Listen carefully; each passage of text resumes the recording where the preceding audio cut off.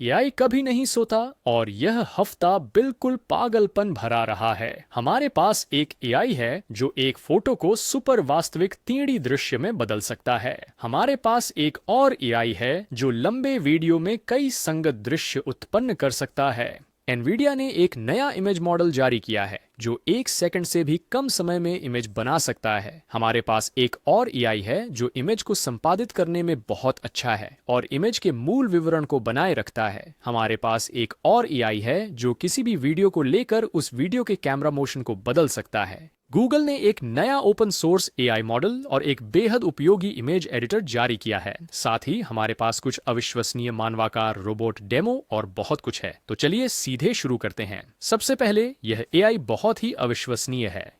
इसे मिडी कहा जाता है, जिसका मतलब है सिंगल इमेज से 3D सीन जनरेशन के लिए मल्टी इंस्टेंस डिफ्यूजन, और यह सिर्फ एक छवि से सुपर सटीक 3D सीन बना सकता है। छवि वास्तव में जो यह करता है वह यह है कि आपकी छवि का विश्लेषण करता है और छवि से प्रत्येक व्यक्तिगत ऑब्जेक्ट को अलग करता है और फिर प्रत्येक ऑब्जेक्ट के लिए यह उससे एक 3D ऑब्जेक्ट उत्पन्न करता है और उन्हें वास्तविक रूप से व्यवस्थित करता है, जैसे कि यह। तो यहाँ कुछ उदाहरण हैं। मान लीजिए आपकी इनपुट फोटो ऐसी है। खैर, यह है 3D मॉडल। देखिए हर चीज कितनी वास्तविक लग रही है, पौधा और कुत्ते भी। और यदि मैं पीछे तक स्क्रॉल करता हूँ तो सब कुछ बहुत वास्तविक लगता है, भले ही ये डेटा निश्चित रूप से इनपुट फोटो में नहीं है। फोटो बहुत प्रभावशाली। यहाँ एक और उदाहरण है। तो मान लीजिए इनपुट इमेज ये है। खैर, यहाँ हमें जो 3D मॉडल मिलता है, फिर से सब कुछ बहुत सटीक और वास्तविक रूप से व्यवस्थित है और सब कुछ शानदार दिखता है, जिसमें किताबें और इन पौधों के पत्ते शामिल हैं।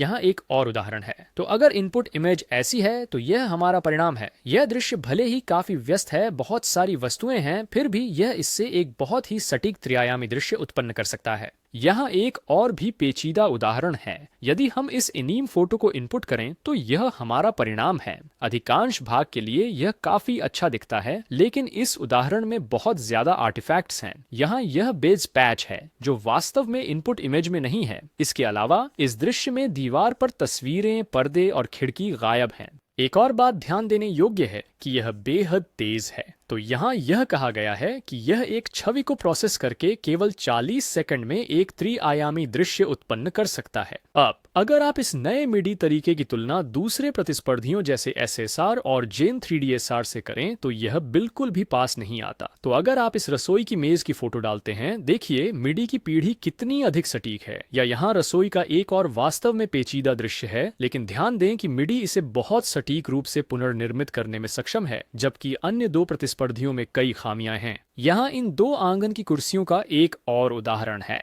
शानदार बात यह है कि अगर आप पेज के ऊपर स्क्रॉल करते हैं तो उन्होंने पहले ही कोड जारी कर दिया है। तो यदि आप इस गिटहब रिपॉजिटरी पर क्लिक करते हैं तो इसमें यह आपके कंप्यूटर पर इसे डाउनलोड और चलाने की सभी निर्देश शामिल हैं। खैर, मैं नीचे विवरण में इस मुख्य पृष्ठ का लिंक दूंगा ताकि आप इसे और पढ़ सकें। ठीक है, अगला, यह एआई बहुत उपयोगी है। इसे टाइट इन्वर्जन कहा जाता है और यह छवियों को संपादित कर सकता है जबकि मूल विवरणों को यथावत रखता है। तो यहाँ इस कार्यवाही के कुछ उदाहरण हैं। ध्यान दें कि ये छवियां फ्लक्स और पुलिट के साथ उत्पन्न की गई थीं, जो एक फेस स्वैपिंग टूल है जिसे आप फ्लक्स के साथ उपयोग कर सकते हैं। और फिर अगर यह आपकी इनपुट इमेज है और फिर आप इसे एक जोकर के पोर्ट्रेट के साथ प्रॉम्प्ट करते हैं, अगर आप यह नया टाइट इन्वर्शन तरीका नहीं जोड़ते हैं तो ध्यान दें कि यह वास्तव में महिला का चेहरा नहीं रखता है। यह एक पूरी तरह से अलग चेहरा है। हालांकि एक बार जब आप टाइट इन्वर्शन जोड़ते हैं तो ध्यान दें कि यह फोटो में महिला का चेहरा रखता है। यह बिल्कुल उसी तरह दिखता है जैसे मूल एक। या यहाँ यान लेखन की एक और उदाहरण है मूल छवि के रूप में। अगर आप इसे एक दाढ़ी वाले व्यक्ति के साथ प्रॉम्प्ट करते हैं जिसने टोपी पहन रखी है, खैर बिना इस टाइट इन्वर्शन पद्धति के, ध्यान दें कि यह उसकी चेहरे को काफी बदल देता है। यह उसे मुस्कुराते हुए दिखाता है, जिसकी हमने कभी प्रॉम्प्टिंग नहीं की। लेकिन टाइट इन्वर्जन के साथ ध्यान दें कि यह मूल छवि के सभी चेहरे के विवरण को बनाए रखता है और फिर इसमें सिर्फ दाढ़ी और टोपी जोड़ता है। इसका एक और उदाहरण यहाँ है। तो अगर यह आपकी इनपुट छवि है और आप इसे वैम्पायर के पोर्ट्रेट के साथ प्रेरित करते हैं तो ध्यान दें कि इस तंग इन्वर्जन विधि के साथ आदमी का चेहरा मूल छवि जैसा ही दिखता है। इसलिए यह लोगों की छवियों को संपादित करने का वास्तव में अच्छा तरीका है बिना मूल विवरण को बदले। अच्छी बात यह है कि यह मॉडल एग्नोस्टिक है, तो फ्लक्स और प्यूलाइट का उपयोग करने के बजाय आप आईपी एडेप्टर के साथ एसडीएक्सएल जैसे किसी अन्य इमेज जनरेटर का भी उपयोग कर सकते हैं जिसमें आईपी एडेप्टर है जो फेस स्वैपिंग के लिए भी उपयोग किया जाता है। तो यहाँ कुछ उदाहरण हैं। अगर यह आपकी इनपुट इमेज है और आप इसे एक मोटे व्यक्ति के साथ प्रेरित करते हैं। वैसे भी अगर आप पेज के ऊपर स्क्रॉल करें तो उन्होंने पहले ही फ्लक्स और एसडीएक्सएल दोनों के लिए एक हागिंग फेस डेमो जारी कर दिया है। चलिए इस फ्लक्स वाले को देखते हैं। तो उपयोग करने में काफी आसान है। यहाँ वह जगह है जहां आप एक संदर्भ छवि अपलोड करेंगे और फिर यहाँ वह स्थान है जहां आप इस मूल छवि का वर्णन करने वाला प्रॉम्प्ट दर्ज करेंगे और फिर यहाँ वह स्थान है जहां आप उस छवि में जो बदलना चाहते हैं उसका नया प्रॉम्प्ट दर्ज करेंगे। और फिर यहाँ कुछ अतिरिक्त स्लाइडर्स हैं जिन्हें आप संपादन की प्रामाणिकता को बदलने के लिए समायोजित कर सकते हैं। तो उदाहरण के लिए मान लीजिए कि हम एक आदमी की यह फोटो अपलोड करते हैं। स्रोत प्रॉम्प्ट के लिए हम बस एक व्यक्ति डाल सकते हैं और फिर संपादन प्रॉम्प्ट के लिए अगर हम एक व्यक्ति डालें जिसको मोटी दाढ़ी, यहाँ हमारा परिणाम है। ये वही आदमी है, वही मुद्रा है, लेकिन उसके चेहरे पर दाढ़ी जोड़ दी गई है। बहुत उपयोगी उपकरण। अब क्योंकि उन्होंने ये हगिंग फेस स्पेसेस जारी किए हैं, इसका मतलब है कि ये पहले से मुफ्त और ओपन सोर्स हैं। आप आसानी से एक हगिंग फेस स्पेस को क्लोन और डाउनलोड करके अपने कंप्यूटर पर स्थानीय रूप से उपयोग कर सकते हैं। खैर, सभी लिंक यहाँ ऊपर हैं। मैं इस मुख्य पृष्ठ का लिंक नीचे वर्णन में दूंगा ताकि आप आगे पढ़ सकें।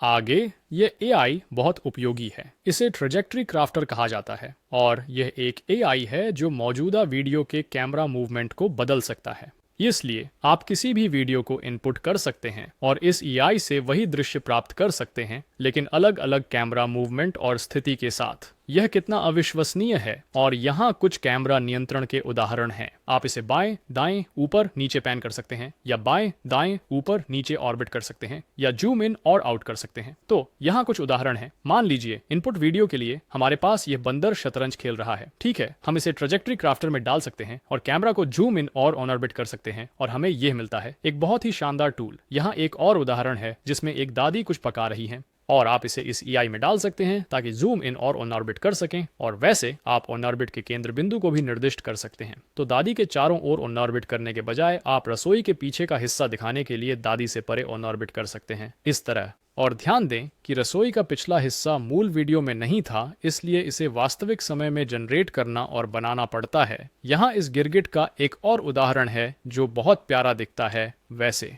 आप इस वीडियो के कैमरा मूवमेंट को इस तरह से समायोजित कर सकते हैं। यहाँ एक और उदाहरण है जहाँ मूल वीडियो ये टोक्यो लेडी वीडियो है ओपनएआई सोरा द्वारा। खैर, हम इस एआई को महिला के चारों ओर इस तरह से घूमने के लिए कह सकते हैं। और फिर यहाँ एक कॉर्गी है जो सेल्फी ले रहा है और फिर से आप इस एआई का उपयोग कैमरा मूवमेंट को कुछ इस तरह बदलने के लिए कर सकते हैं और अधिकतर सब कुछ बहुत सुसंगत और सटीक दिखता है।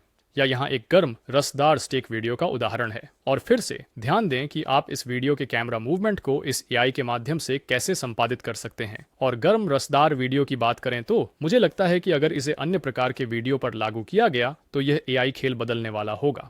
तो अगर आप मेरी बात समझ रहे हैं। वैसे यहाँ इस झरने के दृश्य का एक और शानदार उदाहरण है और हम इसे इस तरह से दृश्य के चारों ओर घुमा सकते हैं। और यहाँ कुछ और उदाहरण हैं। तो यह उत्पाद विज्ञापनों या खाना पकाने के ट्यूटोरियल्स के लिए बहुत उपयोगी होगा या मूल रूप से किसी भी चीज के लिए जहां आपको किसी दृश्य को विभिन्न कोणों से शूट करने के लिए कई कैमरों की आवश्यकता होती है। खैर, अब आपको ऐसा करने की जरूरत नहीं है। इस एआई के साथ आप सब कुछ एक ही कैमरे से शूट कर सकते हैं और फिर बाद में पोस्ट प्रोसेस कर सकते हैं जिससे ऐसा लगे कि अलग अलग कोणों से कई दृश्य शूट किए गए हैं। वैसे इस पेज पर ढेर सारे उदाहरण हैं जिन्हें आप चाहें तो देख सकते हैं बाद में। टाइम वीडियो बनाना, ये कितना अच्छा है। अब यदि आप ऊपर स्क्रॉल करें तो उनके पास आपके लिए ऑनलाइन उपयोग करने के लिए एक हगिंग फेस स्पेस भी है। हालांकि क्योंकि इसमें वीडियो जनरेशन शामिल है तो आप इसे फ्री प्लान पर नहीं चला सकते। इसे ऑनलाइन चलाने के लिए आपको हगिंग फेस पर जीपीयू क्रेडिट्स के लिए भुगतान करना होगा, या अगर आपके पास एक शक्तिशाली जीपीयू है तो आप इसे अपने कंप्यूटर पर डाउनलोड और लोकल रूप से चला सकते हैं। तो सबसे ऊपर उन्होंने एक गिटहब रिपो भी जारी किया है और अगर आप नीचे स्क्रॉल करें तो इसमें यह शामिल है कि इसे कैसे डाउनलोड करें और अपने कंप्यूटर पर लोकली कैसे चलाएं। कंप्यूटर, हालांकि ध्यान दें कि इसके लिए कम से कम 28 गीगाबाइट का क्यूडा जीपीयू चाहिए, तो 24 गीगाबाइट वीआरएम के साथ 4090 भी इसे चला नहीं पाएगा। अब इसे इस हफ्ते ही रिलीज किया गया है तो उम्मीद है कि ओपन सोर्स समुदाय एक अधिक क्वांटाइज्ड संस्करण बना सकेगा जो कम मेमोरी वाले जीपीयू पर चल सके। खैर, फिलहाल के लिए मैं नीचे दी गई विवरणिका में इस पृष्ठ का लिंक दूंगा ताकि आप और पढ़ सकें। अगला है अलीबाबा ने वेस का अनावरण किया। यह एक अत्यधिक शक्तिशाली all in one video editor और जनरेटर है। यह एक साथ कई काम कर सकता है। उदाहरण के लिए आप इस पेन से एक लड़के का वीडियो बना सकते हैं। प्रैम्प्ट, एक नौजवान लड़का अपनी कुर्सी से उठता है और फ्रेम के दाईं ओर चलता है। लेकिन इसके अलावा आप इस चलती हुई आयत के संदर्भ वीडियो को प्लग इन कर सकते हैं और लड़का इस संदर्भ वीडियो के अनुसार चलेगा। या स्फटिकफोस से व्यक्ति के मौजूदा वीडियो को प्लग कर सकते हैं और फिर आप इस संदर्भ पात्र को इनपुट करेंगे और यह व्यक्ति को इस पात्र से बदल सकता है। या यहाँ एक और बहुत अच्छा उदाहरण है जो उत्पाद विज्ञापनों के लिए बहुत उपयोगी होगा। आप एक या एक से अधिक संदर्भ छवियों को प्लग इन कर सकते हैं, जैसे इस महिला और फिर इस हैंडबैग, और फिर आप इस वीडियो जनरेटर को इन संदर्भ संसाधनों के साथ एक वीडियो बनाने के लिए प्रेरित कर सकते हैं। यहाँ एक और पागल करने वाला उदाहरण है। तो आप मोनालिसा की एक तस्वीर इनपुट कर सकते हैं। ध्यान दें कि यह एक लंबवत छवि है, तो आप इसे पहले छवि का विस्तार करने के लिए उपयोग कर सकते हैं ताकि वह चौड़े कोण का फ्रेम भर सके, और फिर उसे ये धूप का चश्मा पहनने के लिए कह सकते हैं। या यहाँ एक और उदाहरण है जहाँ एक मौजूदा वीडियो लिया जाता है और उसमें से एक पात्र को इस बिल्ली की संदर्भ छवि से बदल दिया जाता है। ध्यान दें कि यह संदर्भ पात्र कैसे सहजता से जोड़ा जाता है। यहाँ एक और शानदार उदाहरण है। आप किसी के मूविंग पोज वीडियो को ले सकते हैं और फिर एक संदर्भ छवि जोड़ सकते हैं और यह संदर्भ पात्र का वीडियो उत्पन्न करेगा जो पोज वीडियो के अनुसार चलता है। यह एक बहुत ही लचीला और शक्तिशाली उपकरण है और आप इसके साथ और भी बहुत कुछ कर सकते हैं। तो आप एक वीडियो ले सकते हैं और उस वीडियो की गति और कैमरा एंगल को एक नए वीडियो में अनुवादित कर सकते हैं। इसी तरह आप इस वीडियो में लोगों के डांस को ले सकते हैं और उसमें से कुछ अन्य पात्रों के साथ जो इनपुट वीडियो के समान गति में हो एक नया वीडियो बना सकते हैं। वास्तव में कूल। या यहाँ एक और बहुत उपयोगी उदाहरण है। आप एक मौजूदा वीडियो ले सकते हैं और उसे आउटपेंट कर सकते हैं या मूल रूप से वीडियो के किनारों का विस्तार कर सकते हैं। तो यहाँ प्रारंभिक वीडियो है। आउटपेंट करने के बाद हमें यह मिलता है। कितना अच्छा है यह। तो आप इस वीडियो की पृष्ठभूमि में एक पूरी सिम्फनी जोड़ सकते हैं। अब यह इस पृष्ठ के शीर्ष पर स्क्रॉल करते हैं तो वहाँ एक हगिंग फेस लिंक है और यह कहता है कि मॉडल जल्द ही आ रहे हैं। तो ऐसा लगता है कि वे इसे ओपन सोर्स करने वाले हैं, जो शानदार है।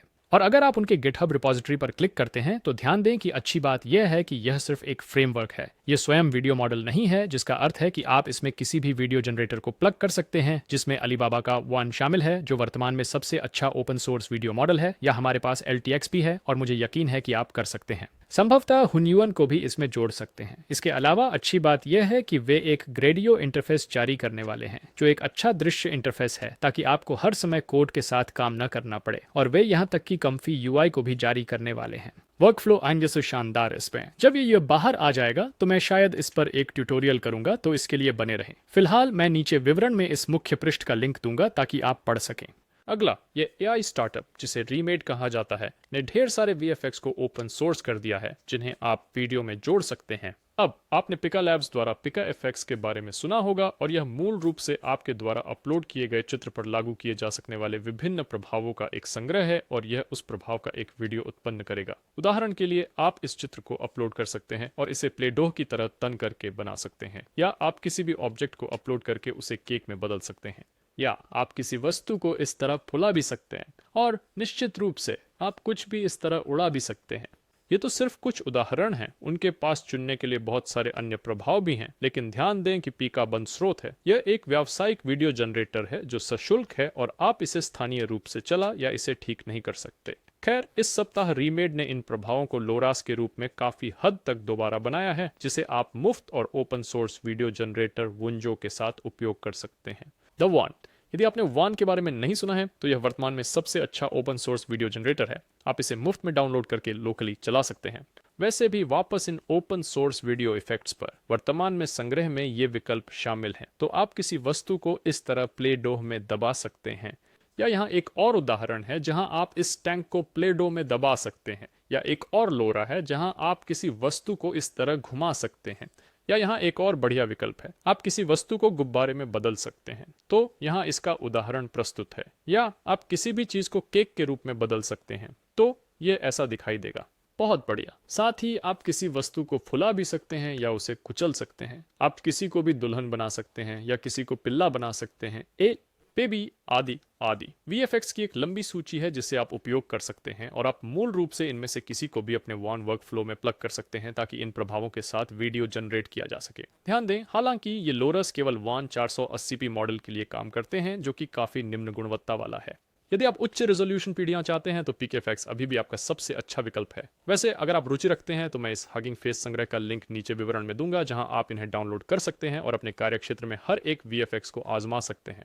इसके बाद ये सुपर यथार्थवादी वास्तविक समय AI आवाज, जिसे सेस्मी कहते हैं, ने आखिरकार अपने मॉडल ओपन सोर्स कर दिए हैं। यह सेस्मी को लगभग 1 से 2 हफ्ते पहले रिलीज किया गया था और यह एक बेहद प्राकृतिक सुनाई देने वाली AI आवाज है जिससे आप रियल टाइम में बात कर सकते हैं। खैर, उनके आधिकारिक रिलीज ब्लॉग में यह लिखा है कि उन्होंने 3 अलग अलग मॉडलों को प्रशिक्षित किया है। एक छोटा मॉडल है जिसमें 1 अरब पैरामीटर, एक छोटा 3 अरब के साथ और एक मध्यम 8 अरब पैरामीटर के साथ। और निश्चित रूप से जितने अधिक पैरामीटर हैं, मॉडल की गुणवत्ता उतनी ही बेहतर होती है, लेकिन इसे चलाने के लिए अधिक कंप्यूट की आवश्यकता होती है। और उन्होंने कहा कि वे इन मॉडलों को ओपन सोर्स करने वाले हैं। तो जैसा कि वादा किया गया था, इस हफ्ते उन्होंने अपने मॉडलों में से एक को गिटहब और हगिंग फेस पर जारी किया और ऐसा प्रतीत होता है कि यह एक 20 अरब पैरामीटर संस्करण। तो यह सबसे छोटा मॉडल है। गुणवत्ता उतनी अच्छी नहीं है जितनी कि आप उनके प्लेटफॉर्म पर इस्तेमाल कर सकते हैं आवाज, लेकिन फिर भी ये पूरी तरह से ओपन सोर्स है और आपके कंप्यूटर पर स्थानीय रूप से डाउनलोड और उपयोग के लिए मुफ्त है।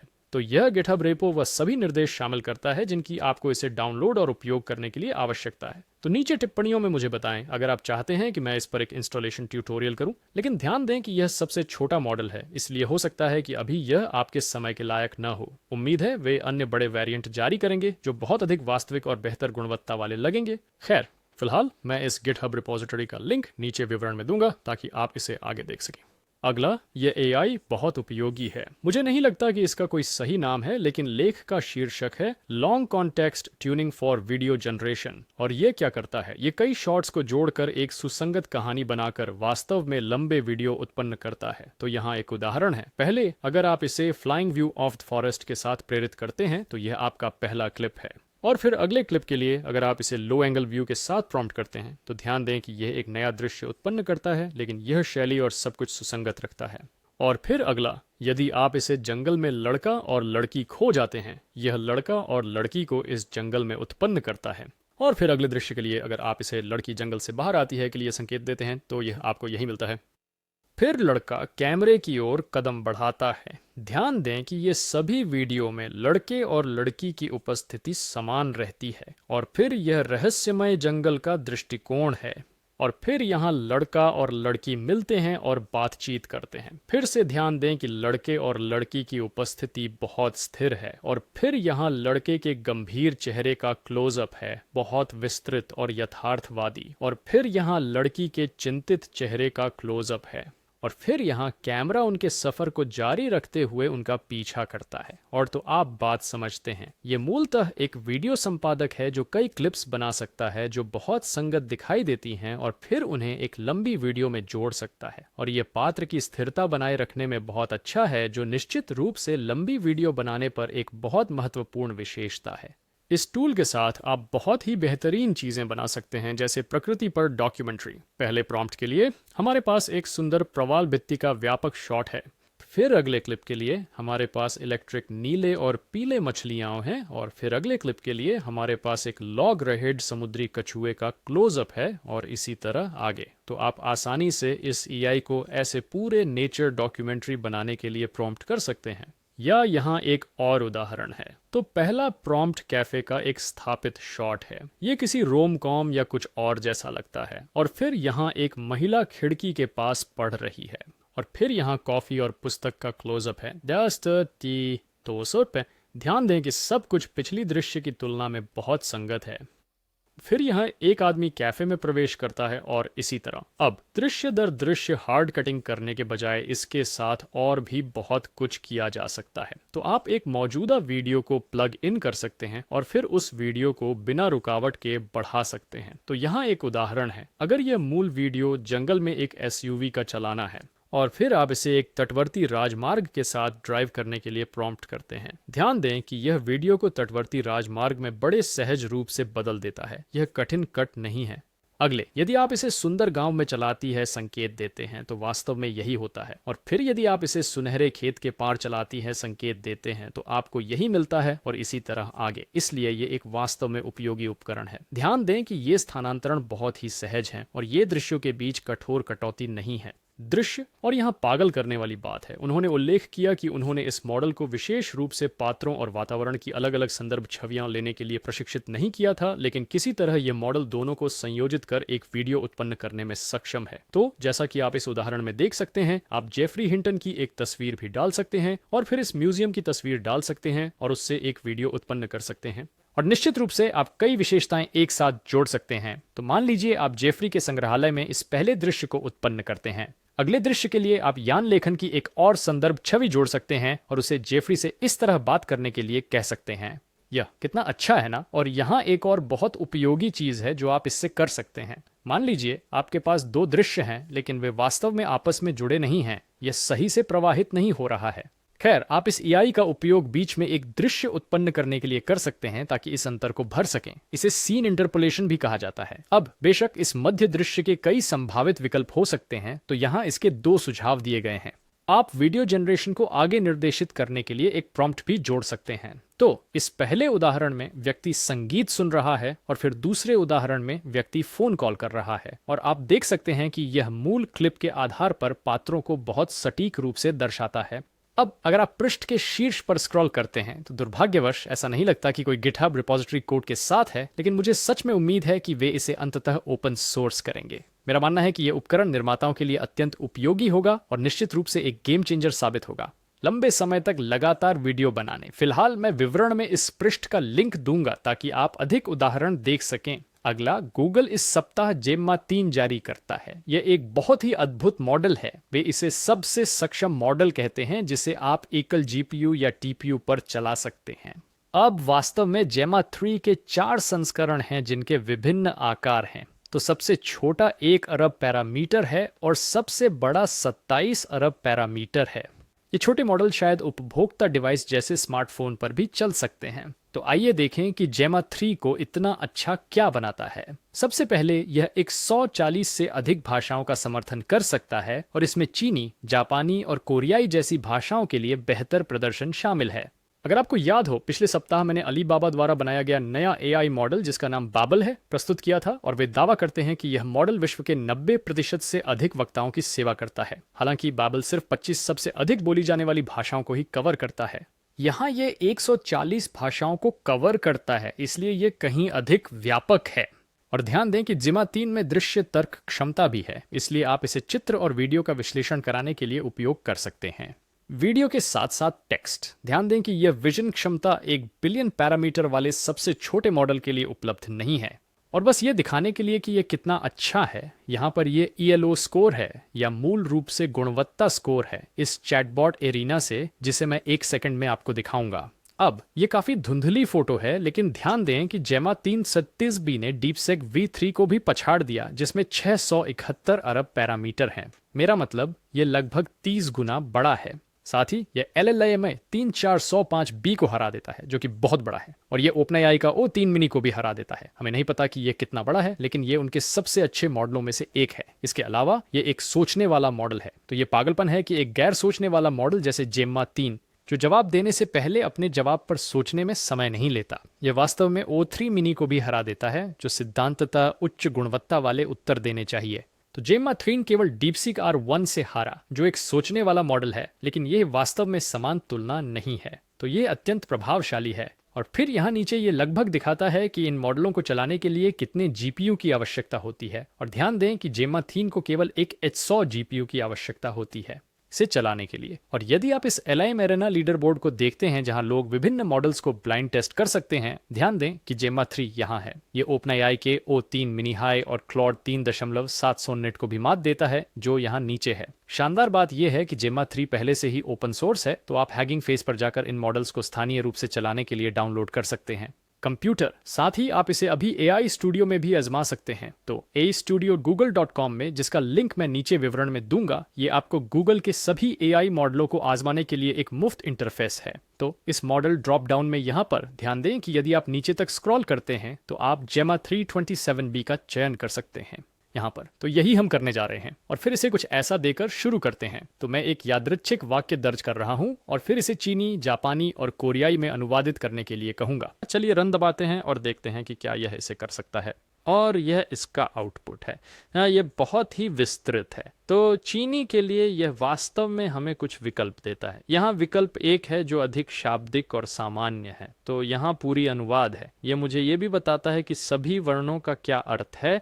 और फिर विकल्प 2 के लिए यह अधिक कवित्वपूर्ण है और यह भी मुझे इन सभी का एक स्पष्टीकरण देता है। और फिर जापानी के साथ भी वही चीज होती है। यह मुझे विकल्प 1 देता है जो अधिक शाब्दिक है, और फिर विकल्प 2 जो अधिक प्राकृतिक और प्रवाहमय है, और फिर कोरियाई के साथ भी वही चीज होती है। यह मुझे कई विकल्प देता है। तो आप समझ ही गए होंगे, ये बहुत ही विस्तृत है और बहुभाषीय कार्यों के लिए वास्तव में अच्छा है। खैर, मैं नीचे विवरण में इस मुख्य रिलीज पृष्ठ के साथ गूगल के AI स्टूडियो का लिंक दूंगा ताकि आप इसे और भी देख सकें।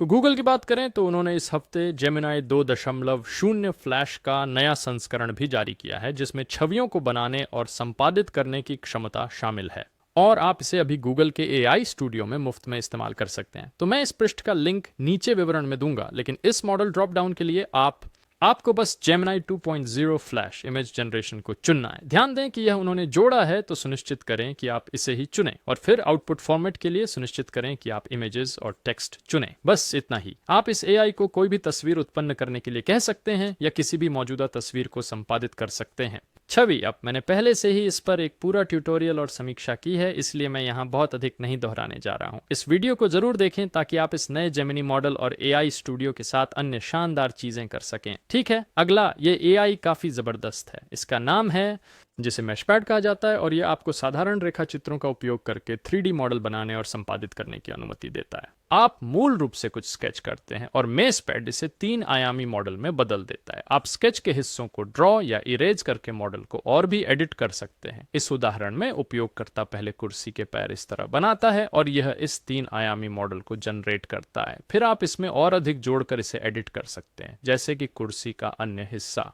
या आप टांगों को हटा सकते हैं और इसे कुर्सी में ऐसा बदल सकते हैं। हर कदम पर AI आपके स्केच या संपादन को 3D मॉडल पर जादुई तरीके से लागू करेगा। और यहाँ इस प्रक्रिया के और उदाहरण दिए गए हैं। तो यहाँ उपयोगकर्ता विभिन्न वस्तुओं की रूपरेखा तैयार कर रहा है और अंत में AI इन स्केचों को 3D मॉडलों में बदलने में सक्षम है, जैसा कि आप देख सकते हैं। यहाँ देखें। और यदि आप इसे मौजूदा स्केच से 3D मॉडल जनरेटर्स की विधियों से तुलना करते हैं तो आप देख सकते हैं कि यह नया मैशपैड अधिकांश मामलों में बेहतर प्रदर्शन करता है। तो यहाँ एक और उदाहरण है जहाँ स्केच एक और फिर पेज के नीचे और भी उदाहरण हैं जिनके साथ आप खेल सकते हैं। तो यहाँ सभी परिवर्तनों की एक समय रेखा है। तो मान लीजिए उपयोगकर्ता इससे शुरू करता है। आप स्लाइडर खींच सकते हैं और देख सकते हैं कि समय के साथ उपयोगकर्ता ने क्या जोड़ या हटा दिया है। तो अंत में हमें कुछ ऐसा मिलता है जैसे यह, या यहाँ एक और उदाहरण है। तो शुरुआत में उसने ऐसा कुछ बनाया और फिर हर चरण में ऐसा होता है और अंततः हमें ऐसा कुछ प्राप्त होता है। बहुत दिलचस्प। खैर, अगर आप पेज के शीर्ष पर स्क्रॉल करें तो ये कहता है कि कोड जल्द ही आ रहा है, तो उम्मीद है कि वे इसे ओपन सोर्स करेंगे। अभी के लिए मैं आपको और पढ़ने के लिए नीचे विवरण में इस मुख्य पेज का लिंक दूंगा। और यह इस हफ्ते के AI के सभी मुख्य बिंदुओं का सारांश है। मुझे टिप्पणियों में बताएं कि आप इसके बारे में क्या सोचते हैं, कौन सी खबर आपका पसंदीदा थी और आप किस टूल को आजमाने के लिए सबसे अधिक उत्सुक हैं। तो जैसा हमेशा होता है, मैं आपके साथ साझा करने के लिए शीर्ष AI समाचार और उपकरणों की खोज करूंगा। तो यदि आपने इस वीडियो का आनंद लिया, याद रखें कि लाइक करें, शेयर करें, सब्सक्राइब करें और अधिक सामग्री के लिए जुड़े रहें। इसके अलावा AI की दुनिया में हर हफ्ते बहुत कुछ हो रहा है जो मैं अपने YouTube चैनल पर सब कुछ कवर नहीं कर सकता। इसलिए AI की सभी नई जानकारी के लिए मेरे मुफ्त साप्ताहिक न्यूज़लेटर को सब्सक्राइब जरूर करें। नीचे विवरण में उसका लिंक होगा। देखने के लिए धन्यवाद।